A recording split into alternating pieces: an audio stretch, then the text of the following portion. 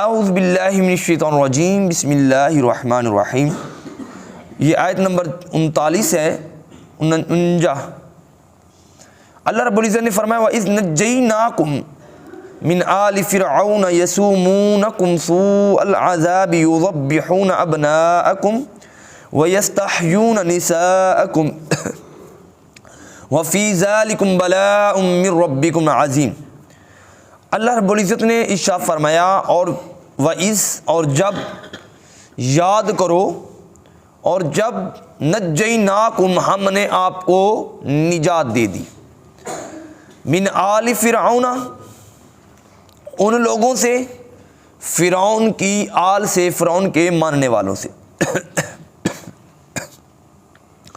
یاد رکھیے گا آل کا لفظ جو ہے وہ دینی لحاظ سے بھی استعمال ہوتا ہے, دنیاوی لحاظ سے بھی استعمال ہوتا ہے. آل کا لفظ ہمیشہ قرآن مجید میں یہ شریعت مصطفیٰ میں بڑے کے لیے استعمال کیا گیا ہے, چاہے وہ بڑا منافقین میں سے ہو, کفار میں سے ہو, بادشاہوں میں سے ہو, یا کسی بھی حوالے سے نبیوں میں سے ہو. آل موسیٰ و ہارون, یہ آل کا لفظ جو ہے یہ مطلقاً استعمال ہوا ہے قرآن مجید میں. اس کی تخصیص نہیں کی گئی کہ آل کا لفظ جو ہے وہ دین کے لیے ہو رہا ہے یا دنیا کے لیے. دوسرا یہاں پر سب سے پہلے یاد رکھیے گا کہ فرعون کسی ایک بندے کا نام نہیں تھا. فرعون کا اصل نام ولید بن مصعب تھا. ولید بن مصعب. فرعون جو ہے وہ بادشاہ کو کہتے تھے. تو یہ موسیٰ علیہ السلام کے زمانے میں یہ ایسا فرعون تھا جو انتہائی ظالم اور جابر تھا. اس کا اصل نام ولید بن مصعب تھا. فرعون اس کا لقب تھا. اور یہ اتنا یعنی کہ خوبصورت آدمی تھا, اتنا خوبصورت آدمی تھا کہ لوگ اس کی ذات کے اوپر شعر بناتے تھے. اس کو قاموس کے نام سے پکارتے تھے, ایک روشن ہونے والا ستارہ. اتنا حسین و جمیل اس کا چہرہ تھا, یعنی کہ ظاہراً خوبصورتی اس کا چہرہ اتنا حسین و جمیل کہ لوگ اسے قاموس کے نام سے یاد کرتے تھے, مگر اندر اس کا اتنا ہی پلید تھا. یعنی کہ یوں سمجھ لیجئے یہ منہ مومن والا, منہ نیکوں والا, منہ اچھے والا, اندر سے بغض اور کالا تھا. اور پھر فرعون جو ہے, ان کو فرعون کیوں کہا جاتا ہے؟ اس کی وجہ یہ تھی کہ یہ ایک بادشاہ کو, جو بھی بادشاہ بنتا تھا اس علاقے میں, بنی اسرائیل میں یا اس دور میں, ان کو یہ لقب دیا جاتا تھا, نوازا جاتا تھا. مثال کے طور پر ہمارے ہاں کوئی بھی بندہ جو ہے وہ وزیر اعظم بن جائے, کوئی بھی آدمی ہے وہ وزیر اعظم بن جائے تو اس کو وزیر اعظم کے نام سے یاد کرتے ہیں. یعنی کہ کوئی بندہ اس کو عہدہ مل جائے صدر کا تو اس کو صدر سے کے نام سے یاد کرتے ہیں. اسی طریقے سے فوج کے اندر بھی جو ہیں وہ عہدے مل جائیں تو پھر عہدوں کے لحاظ سے یاد کرتے ہیں, اس کا نام کم استعمال کرتے ہیں. اور پھر یہ یاد رکھیے گا کہ دنیا میں 2 فرعون ایسے ہوئے ہیں کہ جو بہت ظالم تھے. اس کا نام ولید بن مصعب تھا, تو ایک اور فرعون ہوا ہے جو یوسف علیہ السلام کے زمانے میں تھا. اس کا نام ریان بن مصعب تھا. رے یہ الف نون, ریان بن مصعب. یہ اس کے ساتھ اس کا کوئی رشتہ داری نہیں. یہ نہ سمجھیے کہ مصعب کا نام آ گیا تو ہم شاید سمجھے کہ اس کے ساتھ, وہ 4000 سال پہلے کی بات ہے, حضرت یوسف علیہ السلام کے زمانے کی. تو یہ ولید بن مصعب یہ انتہائی ظالم اور جابر آدمی تھا. اتنا جابر آدمی تھا, اتنا ظالم اور جابر آدمی تھا کہ اس کے ظلم کا اندازہ اس کی مختلف کرتوتوں سے آپ آگے لگاتے جائیے گا. اور یہاں پر لفظ آل یاد رکھیے گا کہ لفظ آل یہاں پر قرآن مجید فرقان حمید نے آل ماننے والوں کے لیے پکارا ہے. چونکہ آپ کی بیوی حضرت آسیہ علیہ السلام نیک اور پاکیزہ خاتون تھی, ان کے اوپر یہ آل کا لفظ نہیں بولا گیا ہے. آل کا لفظ فرعون والے. اب دیکھیے قرآن مجید کو, اعوذ باللہ من الشیطان الرجیم بسم اللہ الرحمن الرحیم. وَإِذْ نَجَّيْنَاكُمْ اور جب ہم نے تمہیں نجات دی. نجات دینے سے مراد کسی کو چھڑا لینا, وہ بھی فی سبیل اللہ. یہ جو کوئی ہمارا, اگر میں تو مثال دے دیتا ہوں کہ ہمارا کوئی چودھری صاحب ہمیں چوکی سے چھڑانے جائے نا تو وہ فری نہیں چھڑاتے, وہ اس کو فری, اس کو نجات نہیں کہتے. تو اللہ رب العزت نے فرمایا وَإِذْ نَجَّيْنَاكُمْ، میں نے تمہیں فی سبیل اللہ نجات دے دی کن لوگوں سے؟ ولید بن مصعب کے ماننے والوں سے، جو تم پر ظلم کرتے، یسومونکم، چکھاتے تھے تمہیں سوء العذاب، سب سے برے عذاب، وَيُذَبِّحُونَ أَبْنَاءَكُمْ، اور تمہارے ابناء کو وہ ذبح کر دیتے تھے۔ اب یہاں پر ابن یہ جو ہے یہ اس بچے کو کہتے ہیں جو چھوٹا ہو، اور رجال اس کو کہتے ہیں، پیچھے ایک لفظ گزر چکا ہے، نہیں پیچھے نہیں گزر چکا، آگے آئے گا انشاءاللہ، ما کان محمد ابا احد من رجالکم ولکن رسول اللہ وخاتم النبیین، کہ پیارے حبیب ہم نے آپ کو مردوں میں سے کسی کا باپ نہیں بنایا، بالغ مردوں میں سے۔ وہ آیت مبارکہ جب آئے گی تو رجال یہاں پر یاد رکھیے گا، ابناءکم اس کو کہتے ہیں کہ جو بچے ہوں، چھوٹے ہوں۔ اللہ رب العزت نے قرآن مجید میں ارشاد فرمایا کہ وہ جو ولید بن مصعب کے ماننے والے تھے نا، وہ کیا کرتے تھے کہ ان کے چھوٹے بچوں کو وہ ذبح کر دیتے تھے۔ اب ذبح کیوں کرتے تھے؟ اس کی 4 وجہیں تھیں، بہت بڑی وجہیں، جن وجہوں سے وہ ذبح کرتے تھے۔ اور وَسَيَسْتَحْيُونَ، اور حیا دے دیتے تھے، احیا زندہ رکھتے تھے، نساءکم، چھوٹی بچیوں کو نہیں، چھوٹی کو بنات کہتے ہیں یا بنت کہتے ہیں، نساءکم بڑی بچیوں کو وہ زندہ رکھتے تھے۔ وہ کیوں رکھتا تھا اس کا میں ترجمہ پہلے کر لوں، بعد میں عرض کرتا ہوں۔ وفی ذالکم، اور اللہ رب العزت نے فرمایا کہ اس میں بلاء من ربکم عظیم، اور اس میں بہت بڑی آزمائش تھی، ربکم تمہارے رب کی طرف سے، عظیم بہت بڑی۔ یہاں پر یاد رکھیے کہ بلاء کا بھی لفظ بولا گیا اور ربکم عظیم کا بھی بولا گیا۔ بلاء سخت کو کہتے ہیں، دشوار کو کہتے ہیں۔ اب یہاں پر اللہ رب العزت نے جو ارشاد فرمایا وَإِذْ نَجَّيْنَاكُمْ، اور ہم نے آپ کو وہ رہائی دی جو آپ کے عمل کے مطابق تو نہ تھی، آپ کی نمازیں سجدوں کے بارے میں، اطاعت رسول اللہ کی بارے میں تو نہ تھی، اطاعت نبی کے بارے میں تو نہ تھی، مگر ہم نے اپنے کرم سے تجھے نجات دے دی۔ اب یاد رکھیے گا کہ نجات کے لیے کچھ نہ کچھ بندے کے اندر وصف کا ہونا ضروری ہوتا ہے، یار جس وجہ سے اس کو چھڑایا جائے، جس وجہ سے اس کے مشکل سے بچایا جائے۔ اگر کوئی آپ کو کوئی فی جو ہے وہ فی سبیل اللہ یا کوئی اللہ کی راہ پہ اگر کوئی اس دور میں بھی کوئی تھانے سے چھڑا دیتا ہے تو اس کا مطلب ہے یا تو وہ آپ کا رشتہ دار ہے یا آپ کو بعد میں کوئی مطلب ہے۔ اللہ رب العزت نے ارشاد فرمایا جو ہم نے تمہیں نجات دی ہے وہ کس وجہ سے دی ہے کہ تمہارے اندر میرے پیارے پیغمبر کلیم اللہ رہتے تھے، تو گویا کہ تمہاری نسبت تھی میرے پیغمبر سے، میں نے تجھے نجات دے دی۔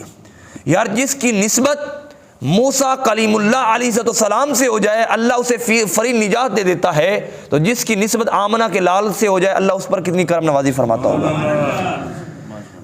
بہرحال نجات کے اندر ایک دو اور چیزیں ہیں۔ اللہ رب العزت نے ارشاد فرمایا کہ ہم نے تمہیں نجات اس لیے دی کہ تم جیسے بھی تھے، بے شک گناہگار تھے، بدکار تھے، سیاہکار تھے، مگر آپ نے میرے نبی سے محبت رکھی ہے، ہم نے تمہیں نجات دے دی۔ گویا کہ قرآن مجید یہ فیصلہ دے رہا ہے کہ لوگوں، گناہگاریت کا عذاب اپنی جگہ، گناہوں کا وبال اپنی جگہ، مگر جو تمہارے دل میں حب مصطفیٰ رہے گی اس کا جو ہے اس کی وفا اور اس کی جزا اپنی جگہ عطا تمہیں کی جائے گی۔ گویا کہ پتہ یہ چلا کہ جہاں پر گناہ جو کی وجہ سے انسان ڈوب رہا ہو، گناہوں کے دریا میں انسان گوتے کھا رہا ہو، اگر وہاں پر دل میں محبت مصطفیٰ پیدا ہو جائے تو اللہ رب العزت وہاں سے بھی نجات عطا فرما دیتا ہے۔ اس کی نجات کے اندر بڑی لمبی تفسیر مفسرین نے کی ہے، بہرحال آگے چلتے ہیں۔ اللہ رب العزت نے فرمایا ہم نے تمہیں آل فرعون سے جو ہے ہم نے آپ کو نجات دی۔ فرعون کا کیا نام تھا اصل میں؟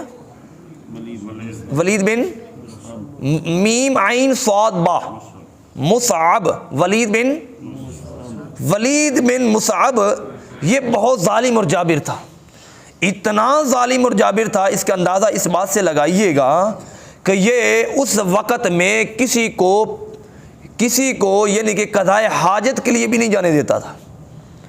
کہتا تھا کہ میرے یہاں پر کام کرو، کوئی کہتا ہے میں نے قضائے حاجت کے لیے جانا ہے تو کہتا ہے یہاں پر اس نے اوپر بندے مقرر کیے تھے کہ وہ اپنے کپڑوں میں ہی وہ یعنی کہ وہ نجاست گندگی کر لیتے تھے مگر ان کو یہ وہاں سے ہلنے نہیں دیتا تھا، اس قدر سخت مزاج تھا۔ یاد رکھیے گا کہ اس کے اندر سختی کس کس انداز میں تھی۔ ہمارے اندر بھی کچھ لوگ فرعونیت ذہن کے موجود ہیں، یہ نہیں کہ ہم جناب وہ ولید بن مصعب جو یہ فرعون تھا تو یہ اس وقت تک ختم ہو گیا، آج بھی اس کے کچھ ایسے لوگ موجود ہیں، اور اوپر تو اوپر یہاں تک بھی پتہ چلتا ہے کہ مسلمانوں کے لبادے میں بھی چھپے کچھ فرعون لوگ موجود ہیں۔ بہرحال دوسرا یہ عذاب کیا دیتا تھا، یہ پتھر اٹھواتا تھا اپنے مکان کے، یعنی کہ جو جگہ اس نے بنانی ہوتی تھی اس کے یہ پتھر اٹھوا کر لوگوں پر ظلم و ستم کرتا تھا، جس سے نہ اٹھایا جائے تو اس کی کمر، لوگوں کی کمریں جھک گئی تھیں، کمریں ٹوٹ گئی تھیں، زخمی ہو گئے تھے، مگر وہ اس کا کام کرتے تھے۔ اور جو اس کا کام نہیں کرتے تھے، مثال کے طور پر ان کو یہ کیا کرتا تھا، آگ نیچے جلاتا، جلا کر ان کو 2 ٹانگوں کے سے اوپر باندھ دیتا تھا، جس طریقے سے وہ مرغا پکایا جاتا ہے نا، کی آندے انہوں ہاں اللہ کھواؤں دی توفیق عطا فرمائے، جس طریقے سے سجی بنتی ہے نا، اس طریقے سے وہ ان کو الٹا لٹکاتا تھا۔ اور پھر یہاں تک کہ جو ٹیکس نہیں دیتے تھے ہر شام کو یہ ٹیکس وصول کرتا، جو ٹیکس نہیں دیتے تھے اس کے یہ ہاتھ پیچھے گردن کی جانب یہاں پر باندھ دیتا تھا، اور مہینہ مہینہ 2 مہینے وہاں پر ہاتھ اس کے باندھے رہتے تھے۔ اور بھی اس کے بہت سے قسم کے عذاب تھے۔ تو یہ عذاب کب تک تھے؟ جب تک قوم نے اپنی حالت خود نہیں بدلی تھی، خدا نے آج تک اس قوم کی حالت نہیں بدلی۔ پھر جب یہ کھڑے ہوئے حضرت موسیٰ کلیم اللہ علیہ السلام کی بارگاہ میں، ان کے ساتھ کھڑے ہوئے، نیک بندوں کے ساتھ کھڑے ہو گئے، تو اللہ نے ان سے نجات عطا فرما دی۔ یاد رکھیے گا کہ ظلم تب تک ہوتا رہتا ہے جب تک بندہ حق والوں کے ساتھ کھڑا نہیں ہوتا۔ یہی ہمارے پاکستان کا حال بھی ہے، جب تک ظلم اس وقت تک ہوگا، پٹرول 1100 روپے بھی ہو جائے ہمیں کوئی فرق نہیں، مگر یہ ظلم اس وقت تک ہوگا۔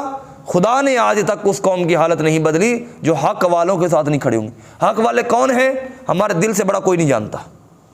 حق کون ہے، کس لیے ہے؟ ہم کسی باپ کے کہنے پہ، دادا کے کہنے پہ، خالو کے کہنے پہ، برادری کے کہنے پہ کس کو ووٹ دیتے ہیں؟ برادریاں پالتے ہیں۔ یاد رکھیے گا کہ یہاں پر ایک بات آ گئی، میری بیعت جو ہے وہ سب جانتے ہیں، حضور پیر سیال حضور خواجہ قمر الدین سیالوی رحمۃ اللہ علیہ آستانہ سیال شریف پہ ہے۔ میں اس کے باوجود اتنے بڑے آستانے سے وابستہ ہوں، میں یہ کہتا ہوں کہ پیر کے کہنے پر بھی ووٹ دینا حرام ہے۔ پیر نے کہا جی فلاں ووٹ دے دیں، اور ووٹ ہوتا ہے ضمیر کا، آپ کا دل مانے آپ سید کو دیں، آپ کا دل مانے چوڑے کو دے دیں، لیکن ووٹ کا پوچھا جائے گا، کیونکہ ووٹ آپ کے حق کی علامت ہوتی ہے۔